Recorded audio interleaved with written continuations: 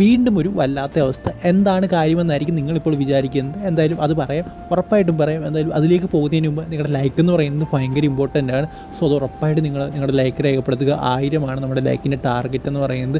So അതിലേക്കൊന്ന് എത്തിക്കാനായിട്ട് ശ്രമിക്കുക.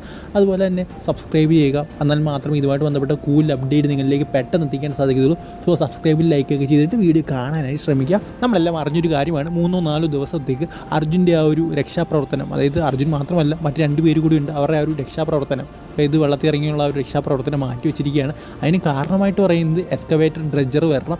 എന്നാൽ അതായത് ഒരു വാട്ടർ മെഷീൻ എന്നാണ് അതിനെ വേറെ രീതിയിൽ വിളിക്കുന്നത്. സോ അത് വന്നാൽ മാത്രമേ ഈ ഒരു രക്ഷാപ്രവർത്തനം തുടർന്ന് ആരംഭിക്കാൻ പറ്റത്തുള്ളൂ എന്നാണ് പറയുന്നത്. സോ ഇത് അവർ മനഃപൂർവ്വം ചെയ്തതായിട്ടാണ് എനിക്ക് തോന്നുന്നത്. ഈ ഒരു വാട്ടർ മെഷീൻ കൊണ്ടുവരുന്നത് എനിക്ക് തോന്നുന്നു തൃശ്ശൂരിൽ നിന്നാന്ന് തോന്നുന്നു. സോ അത് കൊണ്ടുവരാൻ തന്നെ ഏതാണ്ട് 3-4 ദിവസം ഒരു ടൈം സ്പാൻ എടുക്കും. കാരണം ഒന്നാമത്തെ കാര്യം എന്ന് പറയുന്നത് അവരിവിടെ വന്ന് ചെക്ക് ചെയ്യണം, അതായത് ഗംഗാവലിയിൽ ഈ ഒരു സംഭവം ഇറക്കാൻ സാധിക്കുമോ എന്നുള്ള കാര്യം. സോ എന്നിട്ടത് പിന്നെ വരണം. അതായത് ഇപ്പം ആ ഒരു ചെക്ക് ചെയ്യാൻ പോയവർ തന്നെ അവിടെ എത്തിയിട്ടില്ലെന്നാണ് നമുക്കറിയാൻ സാധിക്കുന്നത്.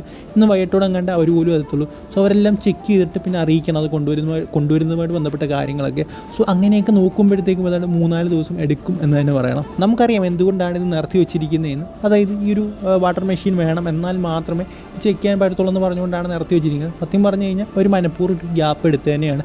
കാരണം അവർക്കറിയാം നല്ല ആഴമുള്ള വെള്ളമാണ്, അല്ലെങ്കിൽ നല്ല ഒഴുക്കുള്ള വെള്ളമാണ്, ഇപ്പോഴത്തെ കാലാവസ്ഥ ശരിയല്ല. സോ ഇപ്പോൾ ചെക്ക് ചെയ്തിട്ടൊന്നും പ്രത്യേകിച്ച് കാര്യമൊന്നുമില്ല. വെറുതെ 3-4 ദിവസത്തെ ഒരു എക്സ്പെൻസ് വെറുതെ പോകുമെന്നൊക്കെ അവർക്കറിയാം. സോ അതുകൊണ്ട് തന്നെ അവർ ഉറപ്പായിട്ടും മാറ്റി വെച്ചതായിട്ടാണ് എനിക്ക് തോന്നുന്നത്.